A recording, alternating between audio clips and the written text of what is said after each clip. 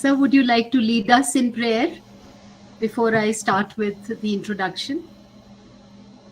If you have entrusted the task to somebody, please go ahead. If not, I'll do that. Okay. Sister?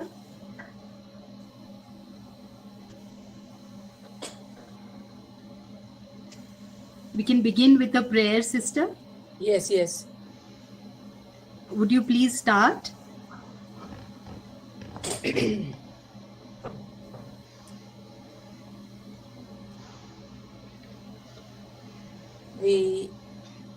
Let's bring ourselves in the presence of the God Almighty.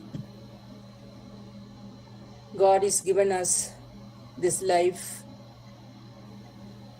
to be with Him, to be with His people, to be with the nature, all that He has created. Let us today thank and praise God for this opportunity to listen to Justice Kurian Joseph, for all that he is going to tell us, guide us, lead us to be good teachers and good human beings. We make this prayer in your love's sake. Amen. Amen. Amen. Amen. Thank you so much, sister. Good evening, ladies and gentlemen. On behalf of our principal, Professor Molly, and the teaching faculty at St. Bede's College, Shimla, I extend a warm and cordial welcome to our renowned resource person for today's webinar, Justice Joseph Kurian, former Judge, Supreme Court of India, and former Chief Justice of Himachal Pradesh. Sir, it is indeed a privilege and honor to interact with you again. An alumnus of Kerala Law Academy, University of Kerala in Trivandrum, Justice Kurian has had an illustrious legal career with many notable and path-breaking judgments given by him. Post-retirement, we see him carry on with major responsibilities as the arbitrator on behalf of the government of Kerala in the dispute with Adani Group over the completion of the Vizhinjam port in Kerala. Also, Sir, in his personal capacity, is involved in social and humanitarian activities where he extends help to the less fortunate. Sir, we are indeed grateful that you have given us your precious time. Before I request you to begin, may I ask that questions from the participants will be taken by you towards the end of the webinar? Will that be better? Manuja, if you have questions, please start asking. That is the great thing, because I always feel the best out of me also comes when I'm grilled. So if you have questions ready, please ask. I will only be very happy to start with those questions. Okay, because if you want me to have a short introduction, I can do that, and then we can go to the questions also. You have questions already come? No, not as yet, because I'm going to tell them that they can post the questions in the chat box, and another information for everybody that the talk is simultaneously being live cast on YouTube. So thank you so much, sir, and over to you. Maybe a little introduction on what you're going to speak would be very helpful, and then we can begin. Thank you. Thank you, Anuja ma'am. Thank you for the introduction.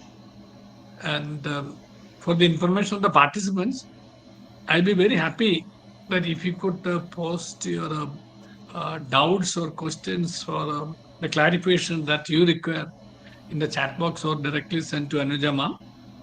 And I'll only be very happy to address, because whenever I speak what I want to speak. But when you ask questions, I can speak what you want to know from me or what we want to interact. So that's a better mode of, as Anuja ma'am rightly put it, in an interactive session. Because all of us are very familiar with imparting what we have stored for imparting. Whether the students like it or not, we will definitely tell them what we have prepared to tell them. So unlike that, I just wanted to make it ulta. You're free to ask anything you want, and no problem. Anything. It's a free session. You can ask anything. I'm only happy to interact with you in this 1.5 hours as time permits. Thank you, and a warm welcome to my hometown people, because I always felt Himachal is my second home. I have very lovely memories of the place for about 3 years. We had a wonderful time over there. And I had an occasion to visit St. Bede and also the school over there.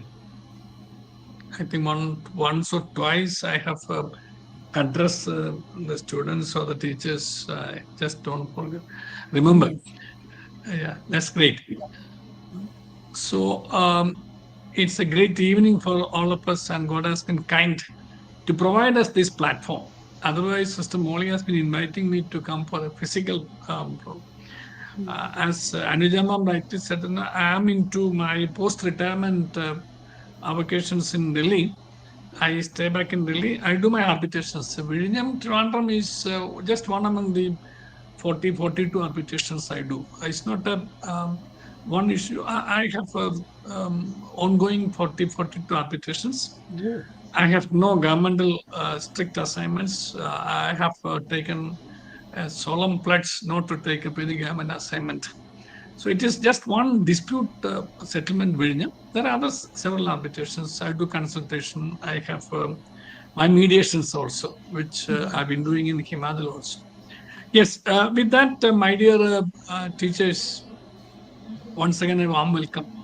You're all experienced teachers, and you have been in this field of educating the children from out of the knowledge that you have imbibed from your teachings, your learnings, and your own readings, both. Let me ask you a question. What is education? What's the purpose of education? Anybody is free to answer the question. We start with a little interactive session. The one who speaks can unmute and speak. What's the whole purpose of education? So, to enlighten ourselves, to gain not just information but knowledge as well, I think. Apart from degrees. Yeah, it's enlightenment, and then equipping ourselves. Yes. Yes, anything else? It will make a good human being. Yes. Make somebody a good human being. Yes. Sir, this is for the development of a person. Development of a person. To what? Sir, for the holistic development in overall Holistic. growth of person in all respects. All aspects. Morally, All aspects. socially, educational wise, knowledge wise, information wise, and the personality development. And above all, Right. good human being. Very good. So Thank it is on the intellectual, mental, physical, emotional, spiritual. It's holistic. Yes. Good answer. Good response. Yes. Anything else?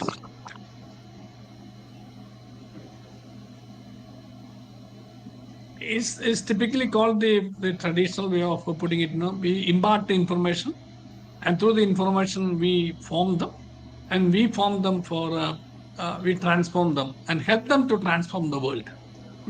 Information, formation, transformation. This has always been one of the avowed objectives of education: information, formation, transformation.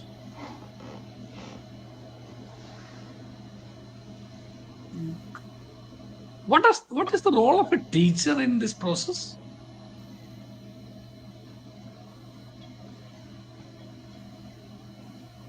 So, an instructor and facilitator. instructor and facilitator in this process of information formation transformation. Instructor and facilitator, yes, there's a new expression coming in, facilitator, yes. Then Yes. Teacher is a role model and a guiding light. role model and guiding light. Right. Great. Others also are free to join other than these two voices, Yes. because And these- you have to speak, you can speak anything. Nobody is going to evaluate you or assess you. This is a free interactive session, so please feel free just to say what you actually feel. Good evening, sir. Guiding light. And Good evening, sir. Yes, just a second, Mr. Mohit. Mohit. Guiding light and Sister Beat, Sister Molly. Role model. Guiding light and motivator. Yes, Mr. Mohit. Good evening, sir.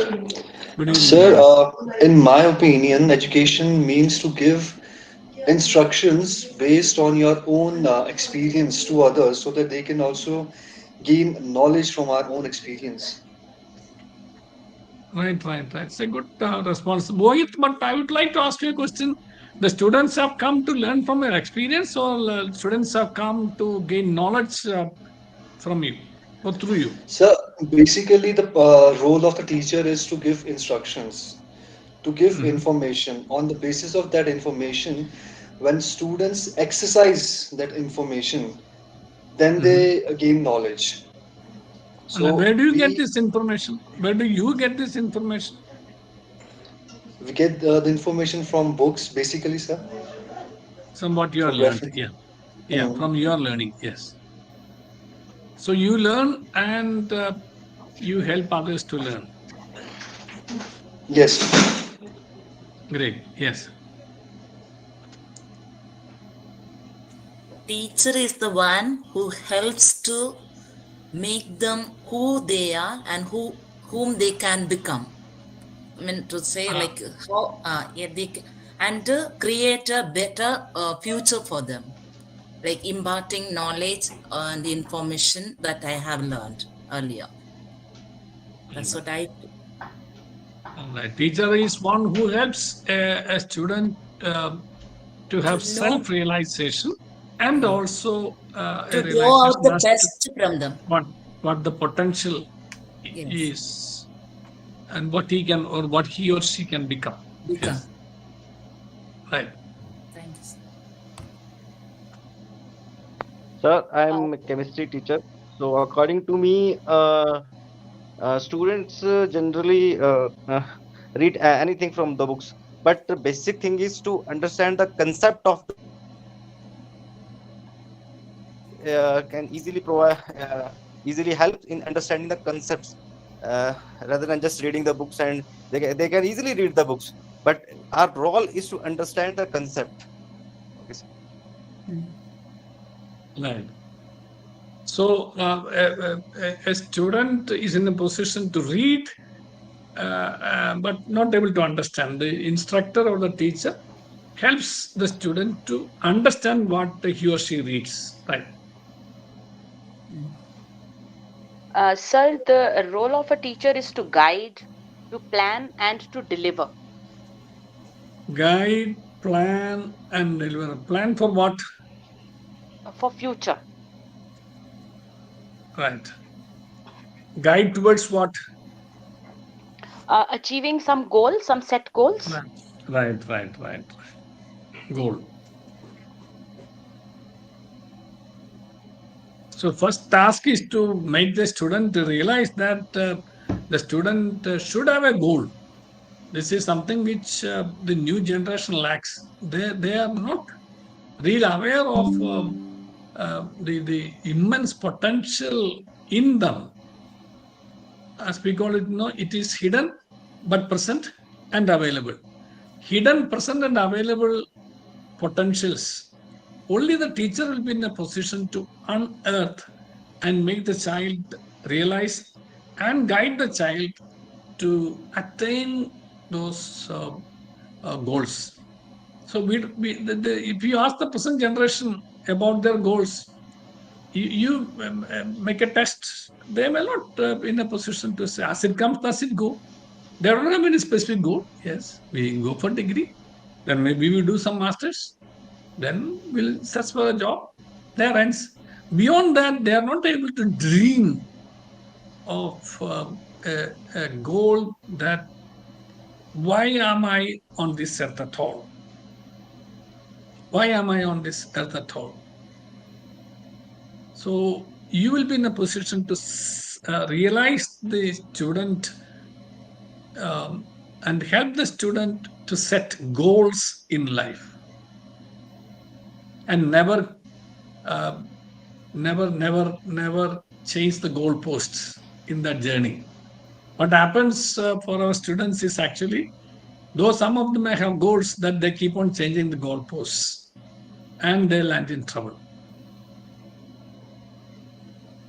So the teacher himself or herself should be in a position to know that there is there is a place, and that is the most important place, that the student should have a goal, and the whole journey in life is to attain that goal.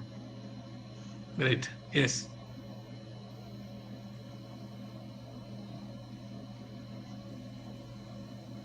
Dr. Kalam used to say, whole problem with regard to the present generation is that they have no goals in life. He always used to tell.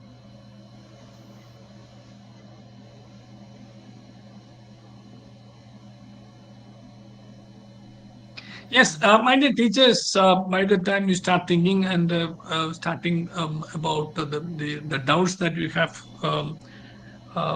a teacher is actually one who teaches, definitely, and one who reaches. If you are able to reach a student before you become a good teacher. And what's the difference between a good teacher and a great teacher?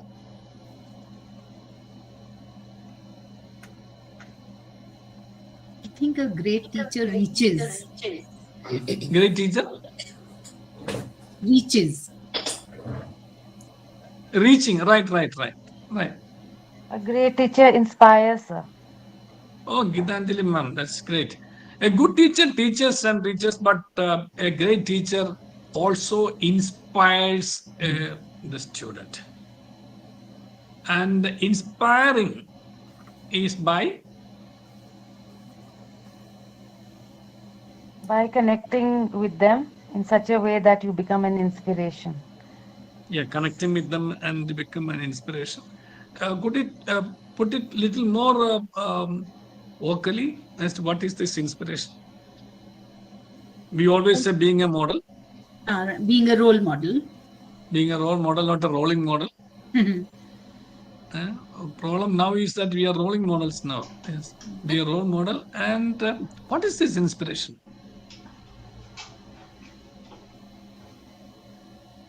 Yes, the answer which I wanted you to tell is that be a challenge to them.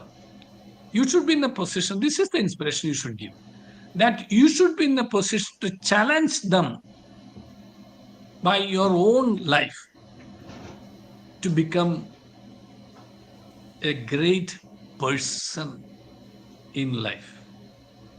We say good human being, but a great human being.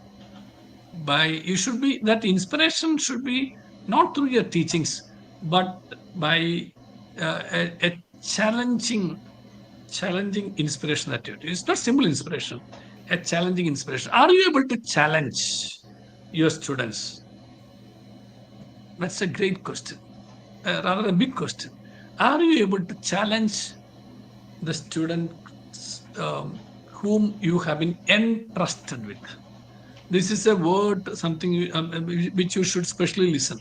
They are all entrusted. This entrustment comes from the word trust. So there have been a lot of trust in you, who the parents, the society, and of course, our good God, if you believe in God. God has put you, God has placed these students in your hands with the hope and trust that you will be in a position to inspire them, to challenge them, to inform them, to form them, to impart information to them and to form them, and help them to transform themselves and the world through them. This is transformation. They have to change and they have to change the world. That is the transformation. So this formation is actually a process whereby your inspirational challenge, they will change themselves and they will become instruments of change in society. Are we in a position to find out the hidden talents, hidden but present and available potential in those community of students who are entrusted in your hands, that they have this immense potential and for which they have to form themselves and they should transform the society. The society means, first their own, maybe their own home, yes, their workplace, their friends, and then the what you call the places where we call it the environments, yes, are in a position to transform it through them. If there is one such student in one family, yes, the whole family will change. If there is one student in a ward or in a village, that village will change, and that panchayat will change, and that whole community will change. So why are they not changing? Why are they sleeping? Because there is nobody who has been inspired, challengingly inspired, and who have been entrusted with this role of transforming the society through them, to become an instrument of change in society. So your whole challenge is to help them realize that they are instruments for change in the society, change for the better, and for which they have to change themselves with the correct attitudes. And my dear teachers, I would like to address you as gurus. Teacher has students and the guru has?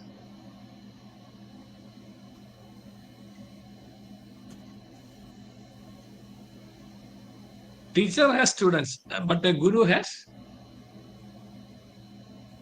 Shishya. Disciples. Right, disciples, Shishya, yes, disciples, yes, disciples. So this inspirational challenge and guiding them and motivating them and helping them to become instruments of change and becoming good human beings, etc. All these will not come from the bookish knowledge that you impart. These things will come from a real guru, because guru has disciples. The disciples will learn from the guru.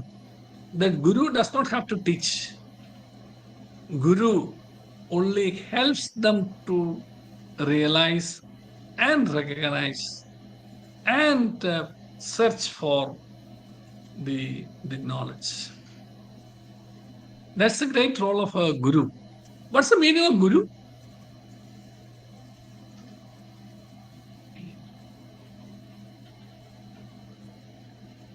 A guide, a teacher, Guide, Who enlightens us? enlightens, a role model, role model, instructor, Mentor. sorry, mentor, yes, Who inspires us, motivates us. inspires, motivates. At least once, all who are present in this 46 of them are seen. At least once you should speak. I don't want At least once. Yes.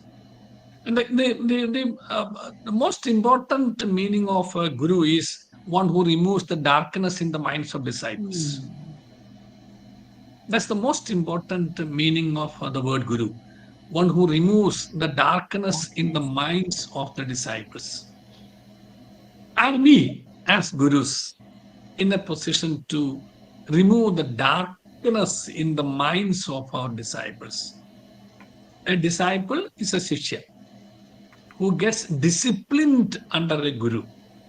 Are we in a position to discipline them as our disciples through our own Examples. example? Yes, lead by example. Lead by example to our own life. To our own life.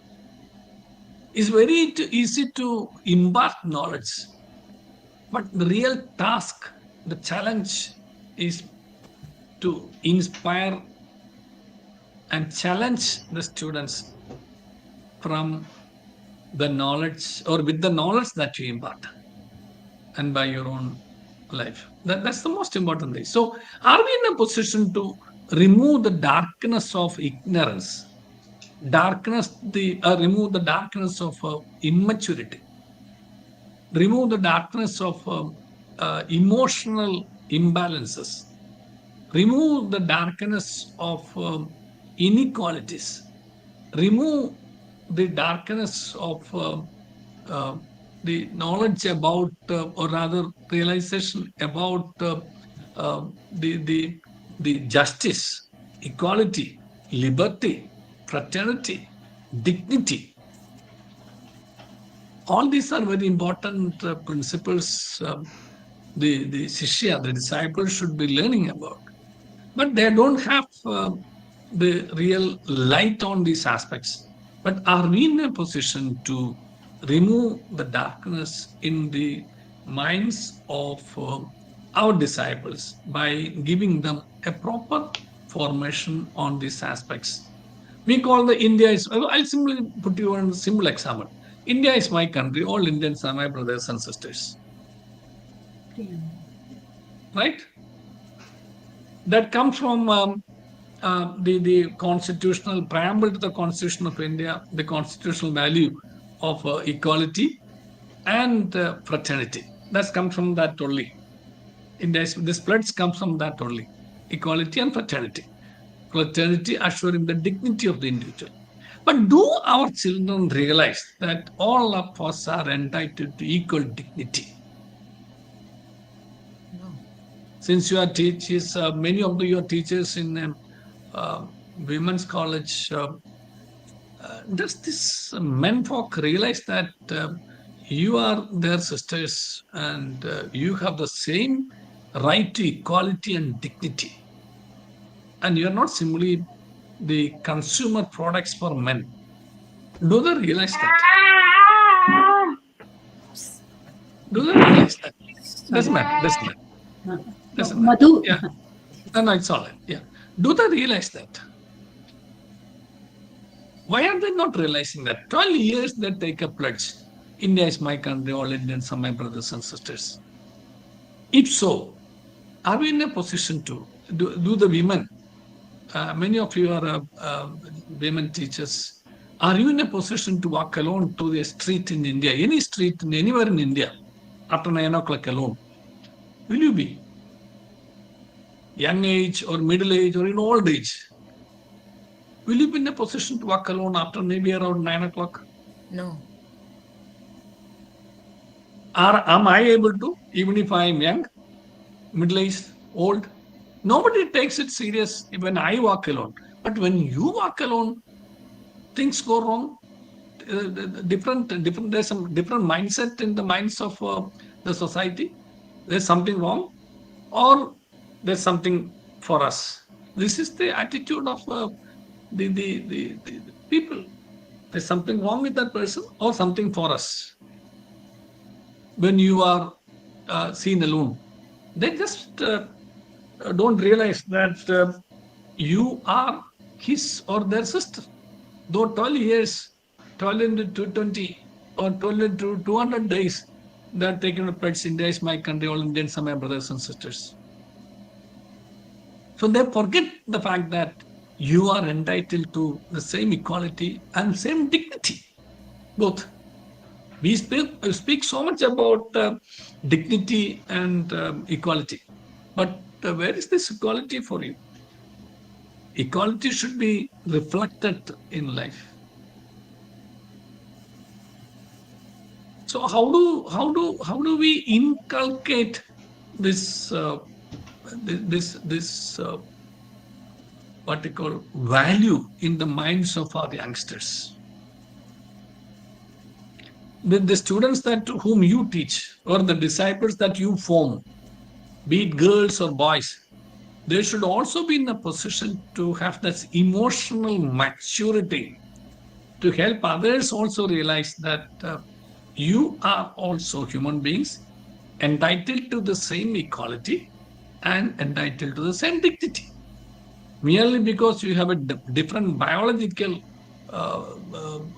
structure does not mean that you are less dignified. Does not mean that you are less equals. But the whole approach of the society is like that only, very depressive. Why? Because we have not been able to inculcate in the minds of those students whom I would like to call as disciples, by the gurus, that they are all real sisters and brothers, entitled to same dignity and right to equality.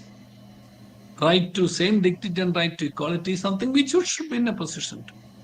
And the girls whom you teach should also be in a position to show by example, by their own lives, that you have the same dignity and you are entitled to have that dignity, and that you are entitled to get that dignity recognized and respected by the society. Right? Yeah. I just set one example of the gurus. This sort of darknesses on the emotional front, on the intellectual front, on the spiritual front, and on all aspects, holistic, as you rightly said, touching on the person of a student, you should be in a position to address and then guide them, then motivate them, then inspire them, then challenge them. Right? First, enlighten means correct, then guide, then motivate, then inspire, then challenge. So, unless these 4 or 5 steps are done very systematically, you won't be a great teacher. You'll be a good teacher, teaching quite well, imparting knowledge quite well. But you are not able to touch, influence, and inspire and challenge a student. They should think that one of the greatest blessings that they have had in their life is that they got a good guru. They got a good teacher. One of the greatest blessings they had in their life. I'm sure at least some among you, my mind says some among you would agree with me that one of the greatest blessings that you received was that sometime in your life, be it in the primary or be it in upper primary or high school or college, you had the advantage of the blessing of a great guru. Right? Am I right? Yes, sir. Who has really influenced your life? Maybe sometimes more than your parents. Because I always used to say, in a given situation, in a critical situation in life, you may even forget the face of your parents, but this face of the great guru who has inspired you, who has motivated you, who has challenged you, who has been a blessing in your life, this face will then figure out. this face will appear. And then that face will tell you, don't give in, don't give up. I'm sure you have had such experience. I had such experiences. I'm sure you would have had. This is what is called a challenging model, inspirational challenge, or challenging inspiration, however you put it, cublet in English. But this is what you need to be a blessing to a student. And how do you become a blessing? That you become an answer to their search for the meaning of life. You become the answer in their search for their goals in life. You become the answer to their whole search on the purpose of their life. You become the answer to their whole search for relevance of their existence. If they get this realization, I'm sure they will not give in or give up. They will not go astray. What's the meaning of going astray? Going astray means they go deviate from the path. So unless they know the path, they won't be in the position to go the path. So I generally used to say on leadership also, the one who knows the path, goes the path, and shows the path. That is also teacher. One who knows the path, goes the path, and shows the path. Problem with us is that we know the path and we show the path. The middle one sometimes we lack. We don't go the way. We know the way, we show the way, but we don't go the way. My dear gurus, the present generation will not accept it at all. They will write in the answer sheet about teaching or discipline or HR, etc., and get marks. But if they really want to be successful persons in life, they should be influenced by and blessed by a teacher who knows, goes and shows all the three dimensions. This is how you will be in a position to form. What's the difference between knowledge and wisdom? Let me ask you a simple question. Knowledge and wisdom.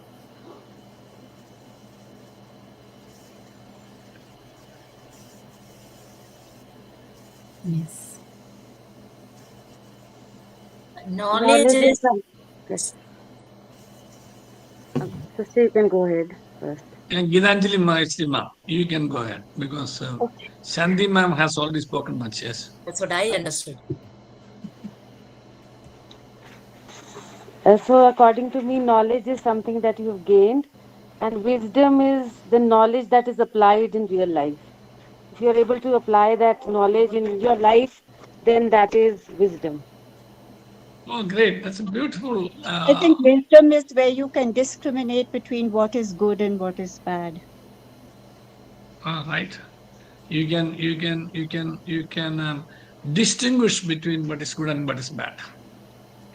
And managing the application of knowledge. Yes. Both are very beautiful answers. Application of knowledge and distinguishing, the ability to distinguish between good and bad, and choose good and reject bad. Ability to discern. Beg your pardon? Ability to discern, it is, I suppose. Ability to discern between good and bad. And doesn't stop there. It's not it doesn't stop with the discernment, but with the courage to reject the bad and Yes. Accept the good. Accept the good. Right. The problem with the present generation is that they get discernment out of the knowledge, but they don't have the courage to reject the bad and accept and go in the path of good or goodness or righteousness or right path, whatever name we call it. They know That's why they know. If you ask the students also in your counseling sessions, I know I am wrong, but I'm not able to. This must be the answer that most of them will be telling you. I know it's wrong, but I'm not able to overcome or get over or stay away. I know I'm wrong, but I'm not able to somehow leave it. Am I right? This must be so the students know now, as some of you rightly put earlier, they have the knowledge, but they are unable to, or they are not in a position to apply the knowledge. So application of knowledge is the wisdom. And there is another beautiful, you rightly said, the discernment between good and bad. The discernment between good and bad is actually something which knowledge also can give you. But the courage to reject the bad is actually the what you call the effect or result or the sign of wisdom. Yes, sign of wisdom. There is also another beautiful meaning for wisdom, that is managing the ability to manage the unknown. Ability to manage the unknown. Whole problem with regard to the young generation today is they know to handle things known, but in a given situation, and that's the case of many of us also, we are not in a position to manage the unknown. Why? Because we don't have the wisdom. Only the wisdom will help you or help us to manage the unknown. Because every day is new in our life, is nothing a repetition. Though we see sunrise and sunset, but life is new every day. If it is new every day, the challenges are also new. So how do we manage the unknown challenges in our life, daily life? Only with wisdom you can have. And it is this wisdom that a disciple should imbibe from the Guru. Guru cannot teach this wisdom. Wisdom is imbibed from the Guru. Guru Mukham, we call it in South. From the face, because Guru will not teach. Guru will only help the Shishan or disciple to learn. Assisting to learn is the process of Guru and disciple. And the Guru disciplines the disciple. The etymology, the discipline, disciple comes from discipline. So I always give this one take home. Your discipline decides your destiny. This is one take home I always used to give to the youngsters. Your discipline decides your destiny. So what is discipline? Next question I always ask, what is discipline? Discipline, can I have some assistance from you? What is discipline? How have you understood it? What is discipline?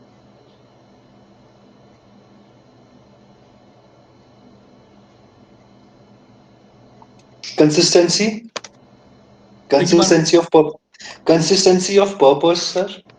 Consistency of purpose, yes. Training in a systematic way or in a meticulous way to do things in a meticulous. Training in a meticulously systematic way. I'll improve it a bit. Determination to do something in your once you have decided, then you determine to do that thing. Yeah, the determination to implement the decision.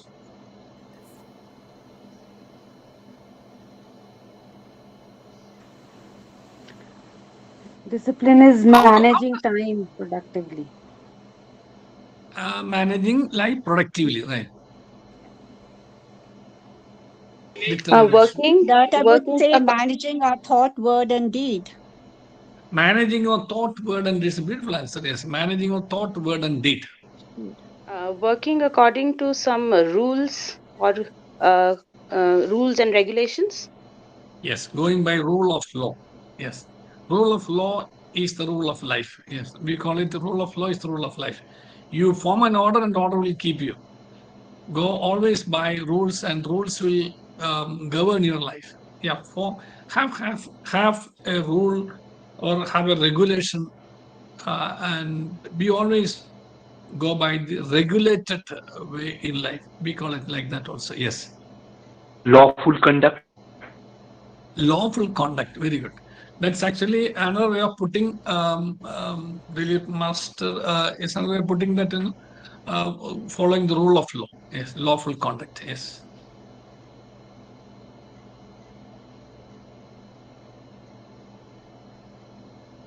Ma'am Jyotika, you wanted to say something?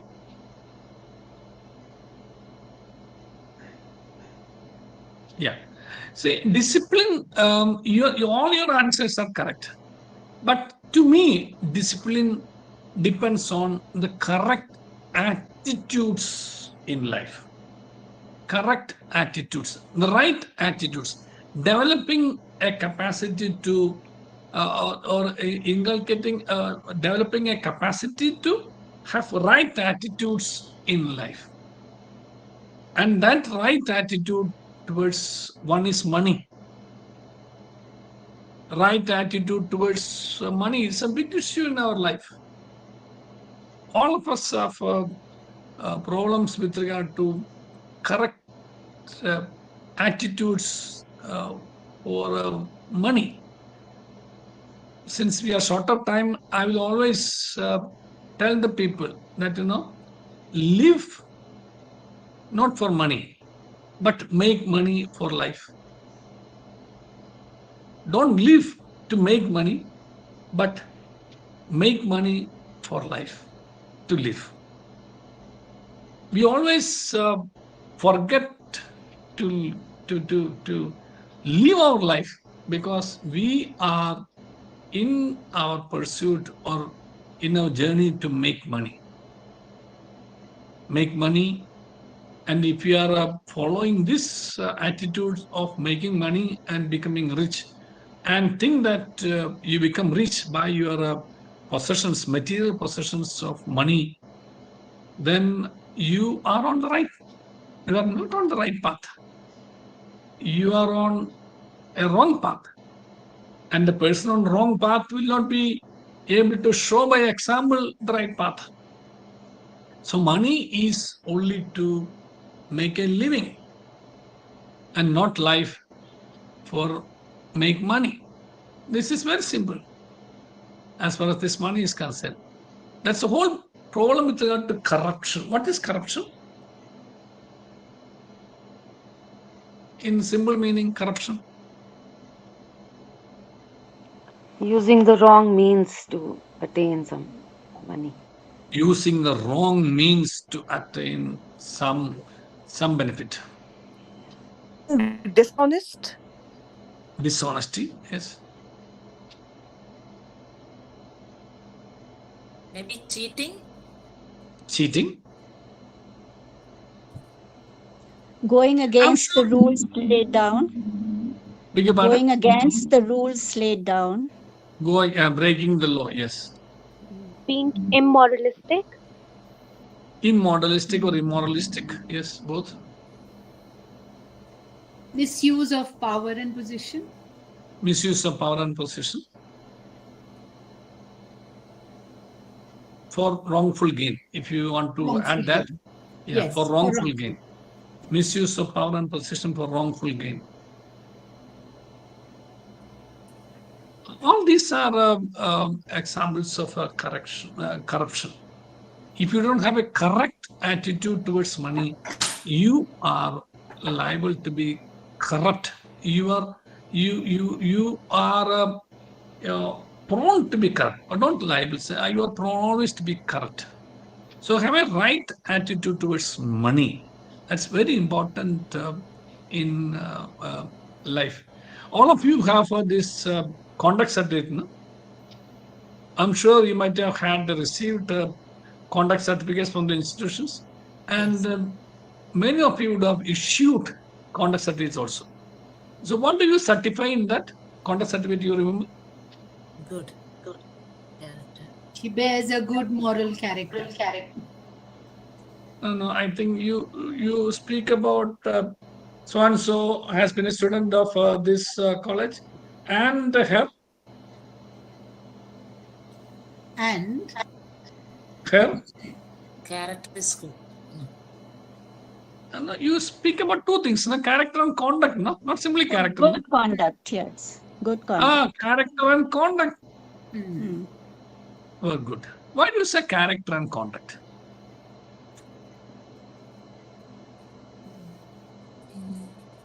Character is the attitude, conduct is the approach. Character is the attitude, conduct is the approach. So if you have correct attitudes, not only simply that you know about the correct attitudes, but you have followed the same or applied the same or displayed the same in your life while you were in the institution. It's where you certify that character and conduct were good. You don't say character is good, character and conduct. In the conduct certificate, you have character and conduct, because you measure the integrity of a child, of a student, in terms of both character and conduct.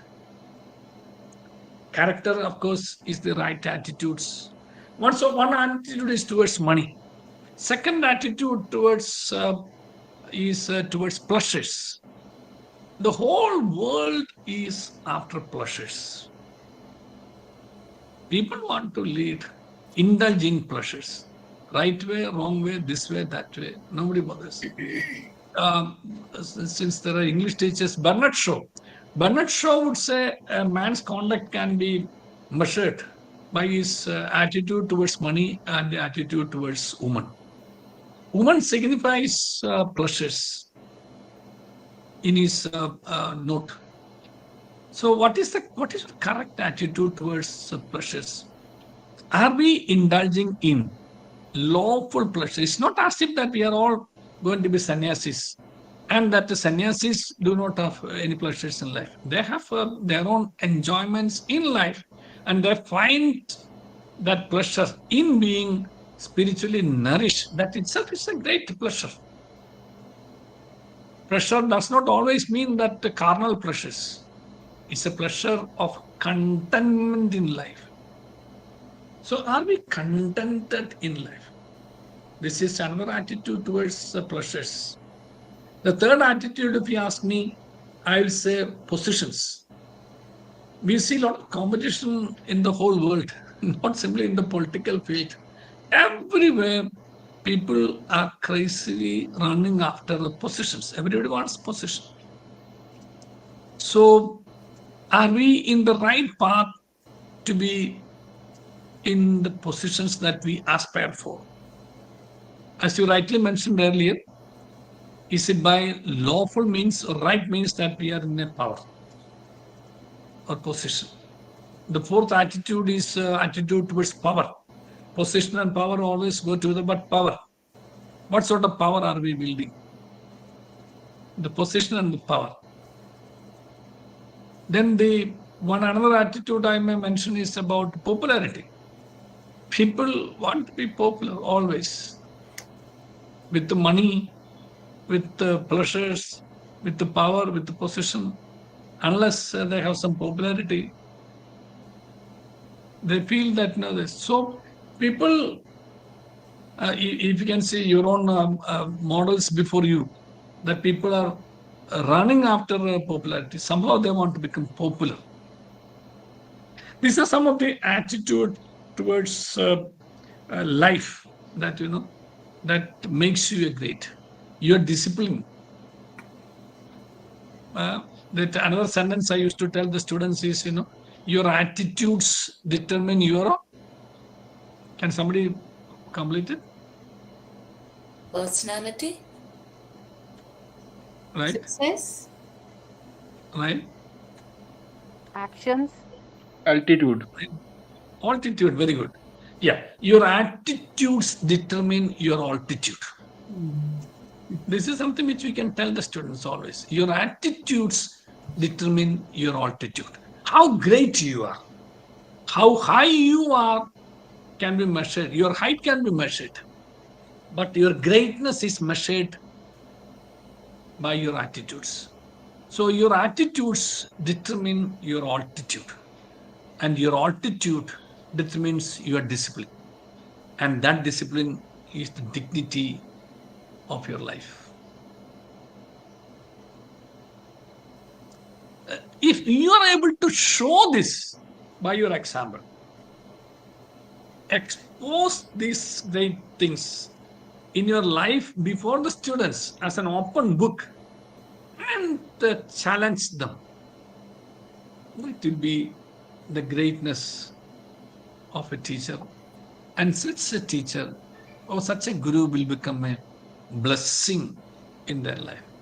Have you been able to influence any one of the students so far you have taught in your life to develop correct attitudes, to be in the right path, and to follow you to be in the right path?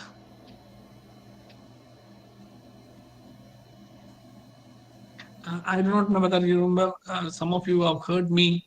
I had a question and answer session where of the selected students of +2. You have a +2, they come to the college after +2. So the best in a particular state, there were 72. The top rank holders of the state in that +2 were eyeing for higher studies, some for civil services, some for scientists, some for whatnot, all possible ambitions they had. So they were brought together, since they were the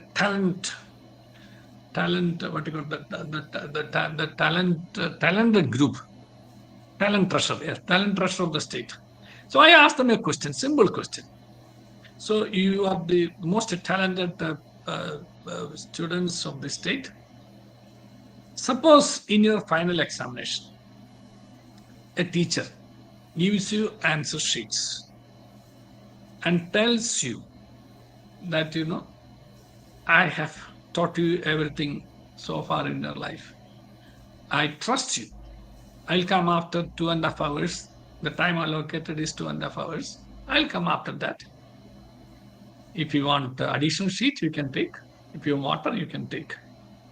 If the teacher goes and leaves the invigilator's role and goes to some other place, how many of you would write the examination without indulging in any copying? This was the question I asked, without any dishonesty. Can you imagine how many of them raised their hands? Very few. None. None. None is the answer. Why it is none?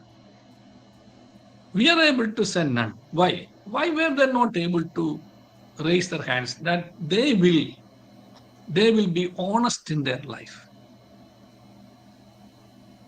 Whom are we to blame? Tell me honestly, whom are we to blame? We. Can we blame their parents? Yes, certain extent. You know the answer from the parents? We admit we cannot. That is why we have brought them to you. That you will correct them, you will guide them, you will motivate them, you will inspire them, you will challenge them, you will form them. This is their answer. They admit, they frankly admit before you. We are not able to. You talk to any parent in your PT meeting. They will say, honestly speaking, we are not in a position to, but we have great hopes in you. That's why we have put them in your college, in your institution, because we hope at least the next generation. We are gone. We are not able to. I don't think that we will be in a position to change ourselves at this stage. But we Sir, hope. but I feel that we should have more of parenting programs then, because they are equally responsible, or I would say partially responsible, because the sanskaras are given by the parents. And if they are not able to do it, then I think it is like there are three stakeholders in a school: the parent, the guru, and the child. It's like a tricycle, where if one wheel, the tire, there is no air in one wheel, then the child will fall, So it has to be a balance between the parent and the teacher to have a proper growth of the child. And we have to bring that to the parents. That's very necessary now. Nida ma'am, I'm sure you might have reared the children and brought them up. You know how we teach them cycling? Yes. With a tricycle, with the 3 wheels. Yeah. And after some time, The wheels are removed. Yeah. 1 wheel is removed. Yes. And they ride well then it becomes a bicycle. Hmm. And it is the bicycle that they are to be trained, not the tricycle always. So even if the parents fail, I tell you very honestly, you have the child in your hands.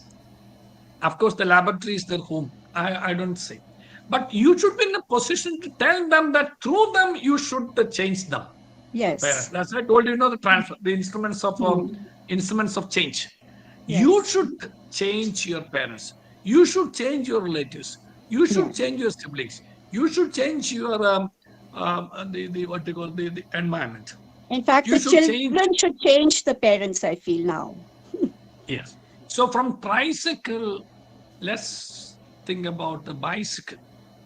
The tricycle, the third wheel, I agree with you, we need to have more of a parenting sessions. But to what extent they will listen to us, I'll tell you, complete the story. None of them raised their hands. So I continued and made them realize the value of honesty and integrity and rectitude in life.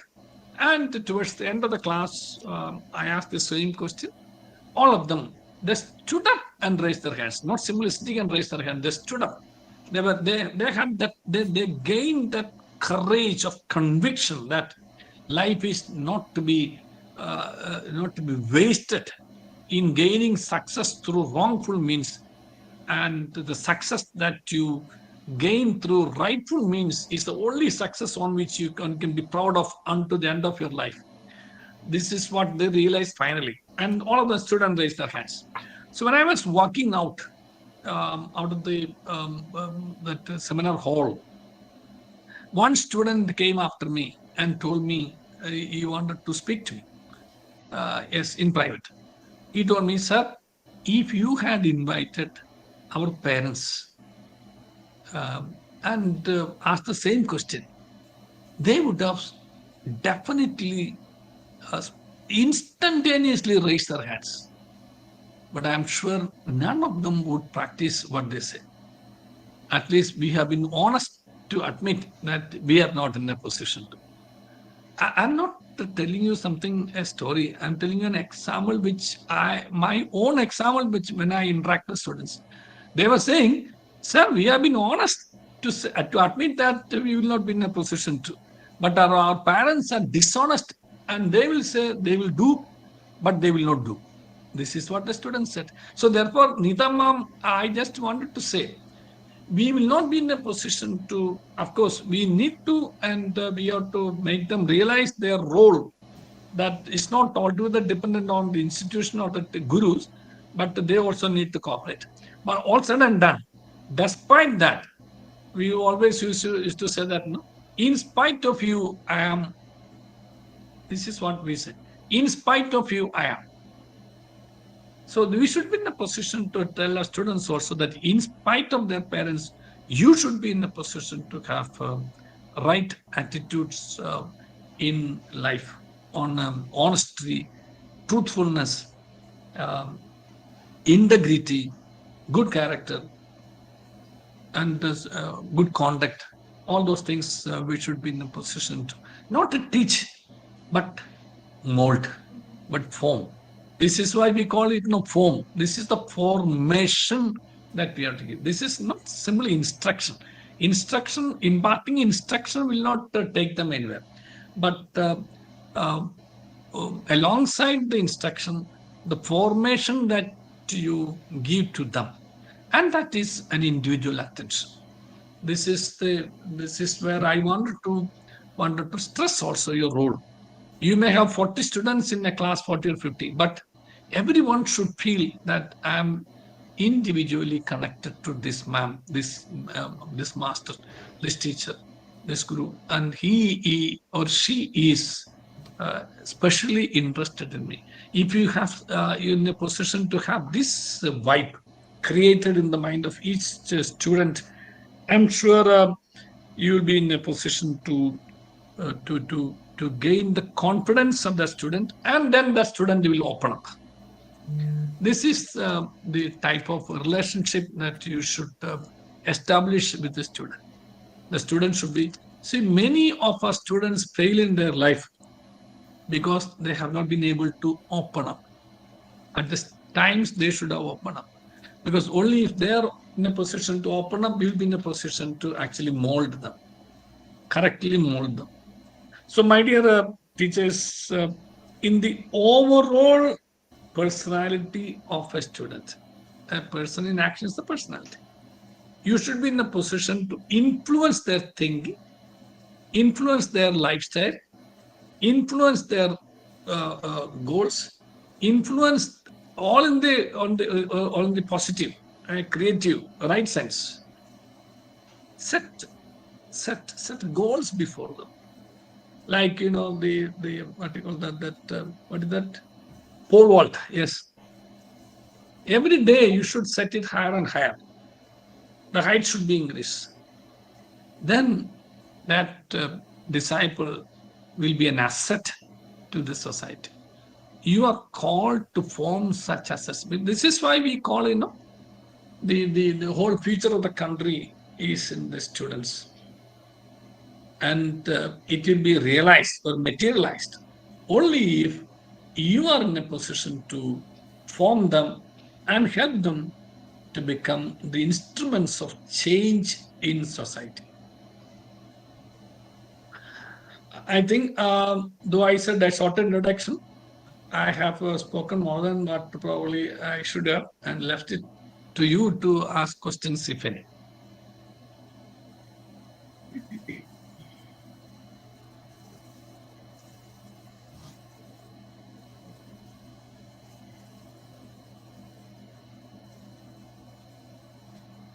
Questions can be asked in the chat box or by the participants themselves.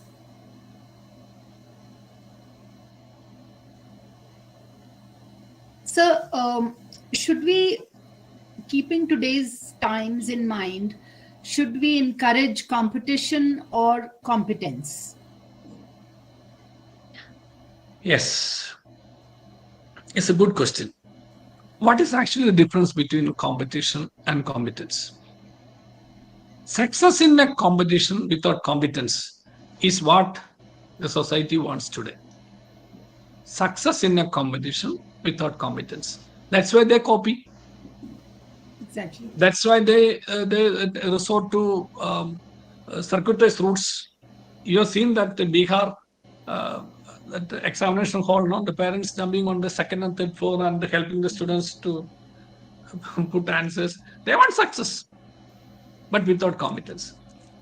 This becomes the big problem in today's education process. We don't make them competent, but we help them to be successful in competition. So competition has become the rule of the day, and help them to become successful in a competition has been the style with which we have been approaching them, heartily making them realize that any success in a competition without competence will only boomerang on you in your life sometime when you will fail in your life. You will be successful in a competition, but you will be a failure in life. So success in a competition without competence is definitely a disaster in one's life. Thank you.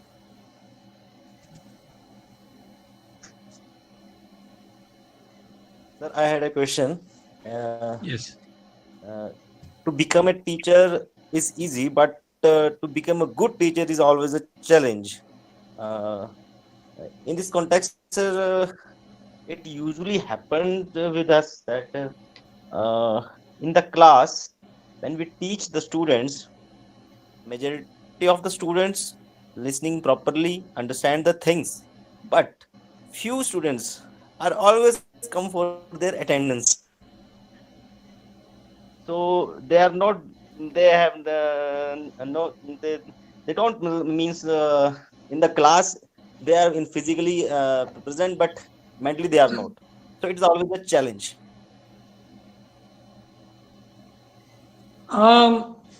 Let me tell you an example from my college days. I've been a very student activist in the sense when I was the University Union General Secretary of the Kerala University Union, of the whole Kerala except Malabar. I was very active. I was very active in student activities also, and I rarely got time to attend the whole class. So my teachers used to give me attendance because I've been otherwise learning, and with them, moving with them, I've been a blue-eyed boy of all my gurus, despite my not being present in many of the classes. And they knew that I skip not for any other purpose, but for activities, rightful activities, which sometimes they themselves had interested me. And I used to make up my studies also that way. But what I wanted to recollect now is that we had a teacher, a guru. His name is Professor S.K. Vasant II. He is a great writer, a simple, unassuming, he's still alive, unassuming, but a great scholar. He used to teach Malayalam. So at those times, we had second language as Hindi, and some had Sanskrit also. When this Professor Vasanta II comes for a class for the Malayalam second language students, all those who had opted for Hindi and Sanskrit also would throw into this class and somehow find some place either to sit or stand even squat just to be in his class. It was such a wonderful experience, and I hardly ever missed this class also, to tell you honestly. So what made the difference for the students not to miss that class? Led by this professor whom I mentioned by name. So answer is for us to have an examination of conscience as to how to make them enjoy, not simply present physically, enjoy and move with us in our classroom, getting connected not by physical presence, but mentally, emotionally, intellectually, and being alert. If you are able to establish this connectivity, it makes a whole difference. And it was pin drop silence in that class of Professor Vasant II. Nobody could even whisper because everybody was, putting the ears so sharp to listen to him. Such a wonderful experience. And that makes a difference, I believe. If you're not simply a good teacher, if you're a great teacher, nobody will miss your class. A good teacher sometimes may miss because they can simply learn from the books, as somebody rightly said. But if there is a great teacher, if they are able to find a great teacher in you, they will never miss your class or your teaching. They will treasure your presence and take it as a blessing.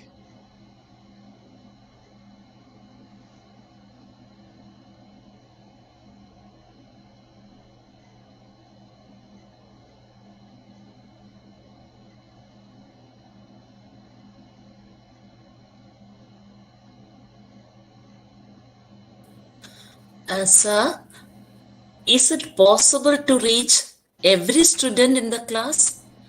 I mean to say, like not teach, to reach every student in the class.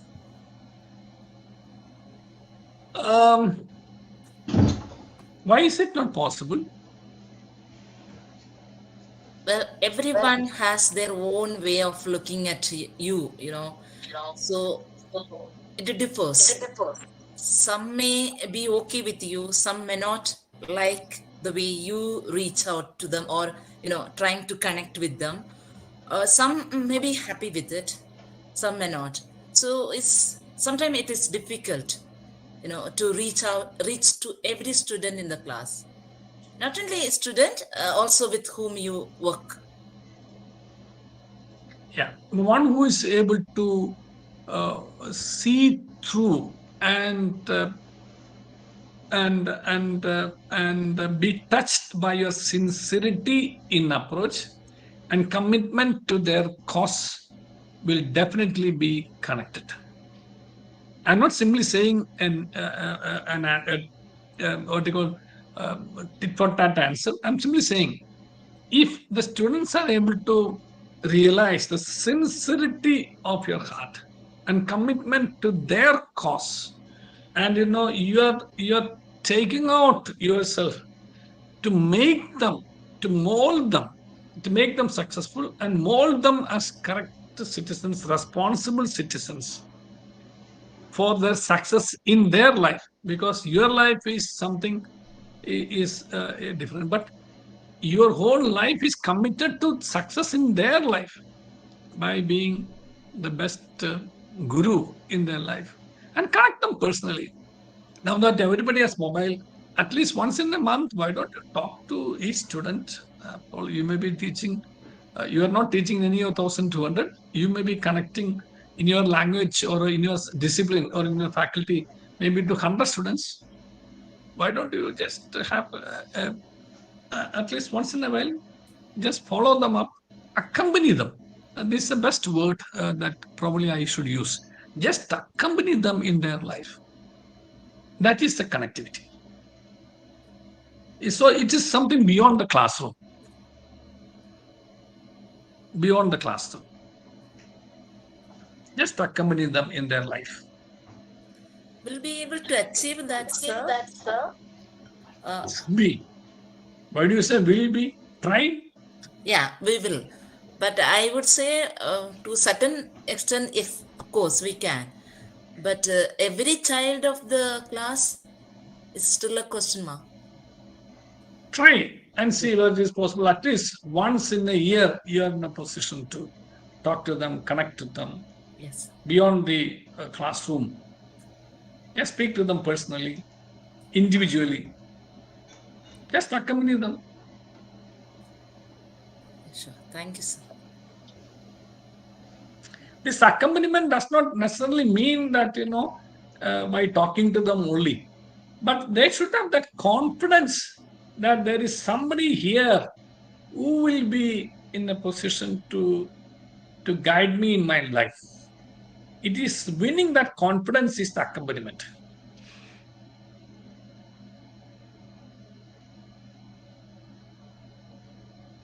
That's why I told when I tell this, when I make this observation, I'm sure many of us would have that picture of some gurus in our life who have had this sort of, who have accompanied us.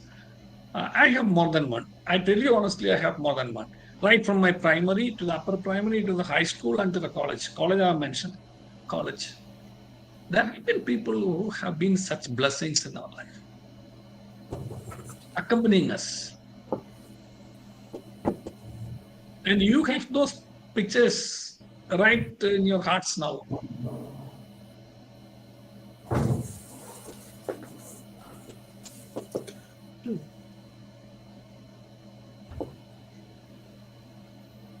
And you are what you are because at some point in your life, they have guided you. Yes, sir.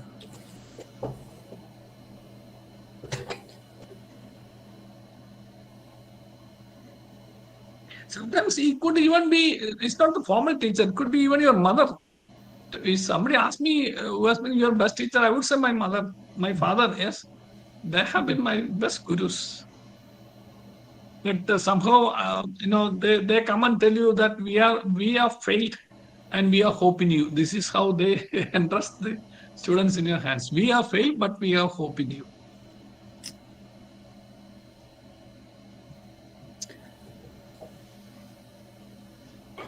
Sir, yes.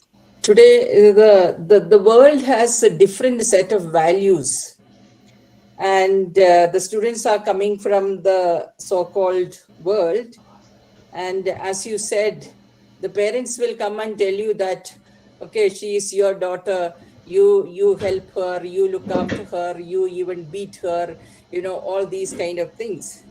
Now, as teachers, we have certain limitations to do these things. So how do we make them kind of,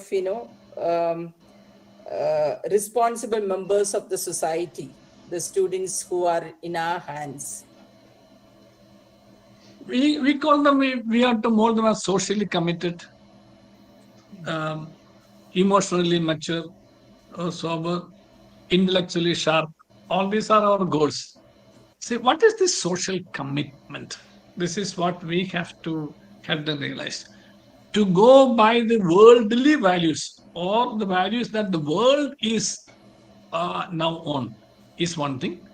And then you become one among them.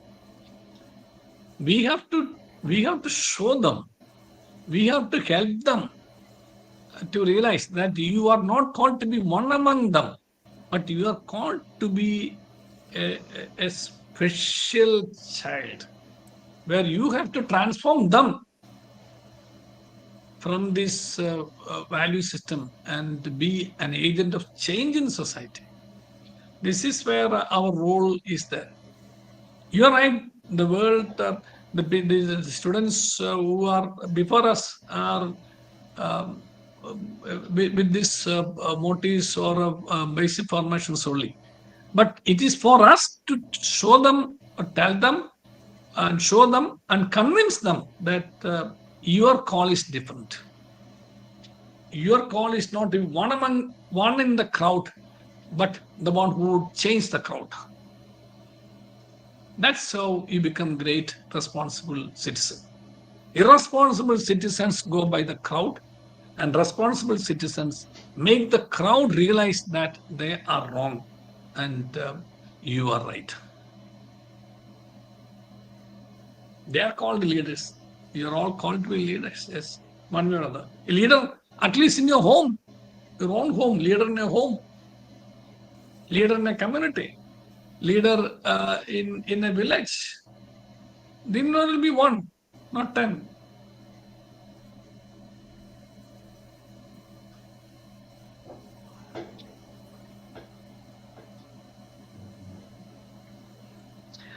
Finally, my dear gurus, I just wanted to remind you just one thing.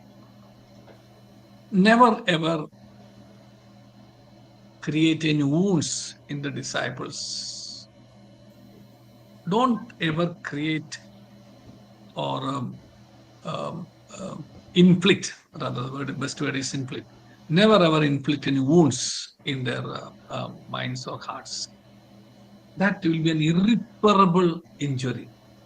And nothing more is required for one to become, to go astray than a wound that you inflict. So please always be careful and cautious not to inflict any wounds in the tender minds.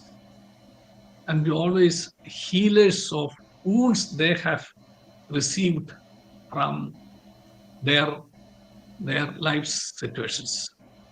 You are called to be healer of the wounds. This is where you get connected.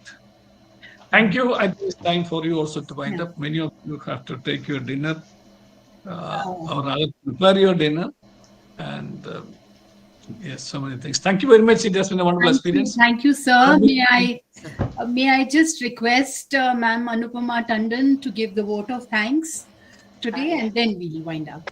Yes. Good evening, everyone.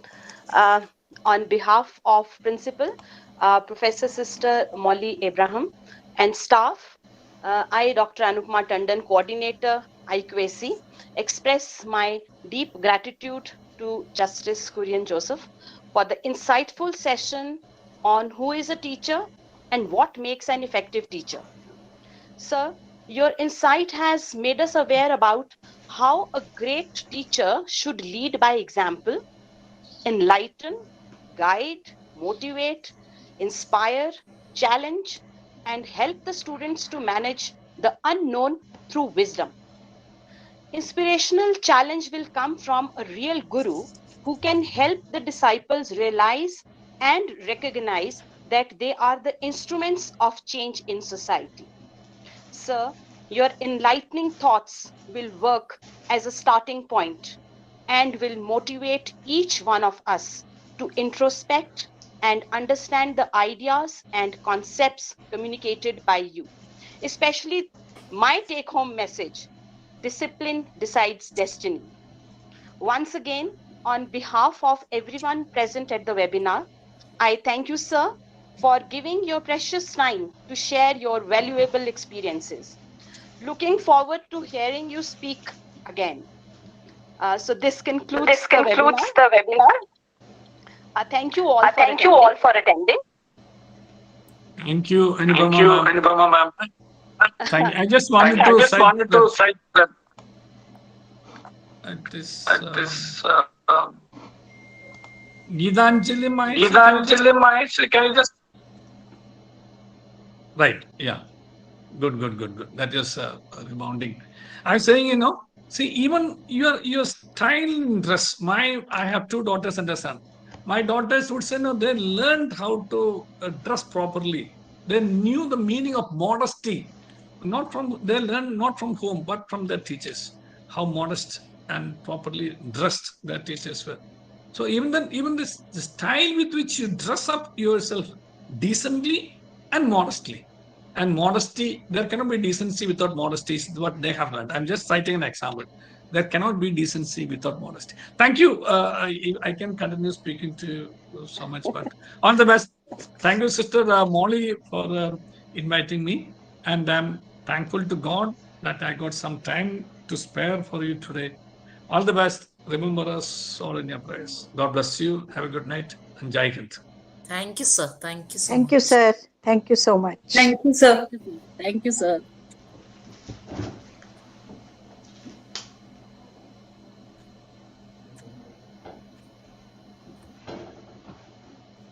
Finally, good Right. night to everybody. Yes, good night. Yeah, good night. Good night. Good night, ma'am. Good night, Good night. everyone. Good Good night, night. everyone. God Good bless night. you all. Bye bye. Take care.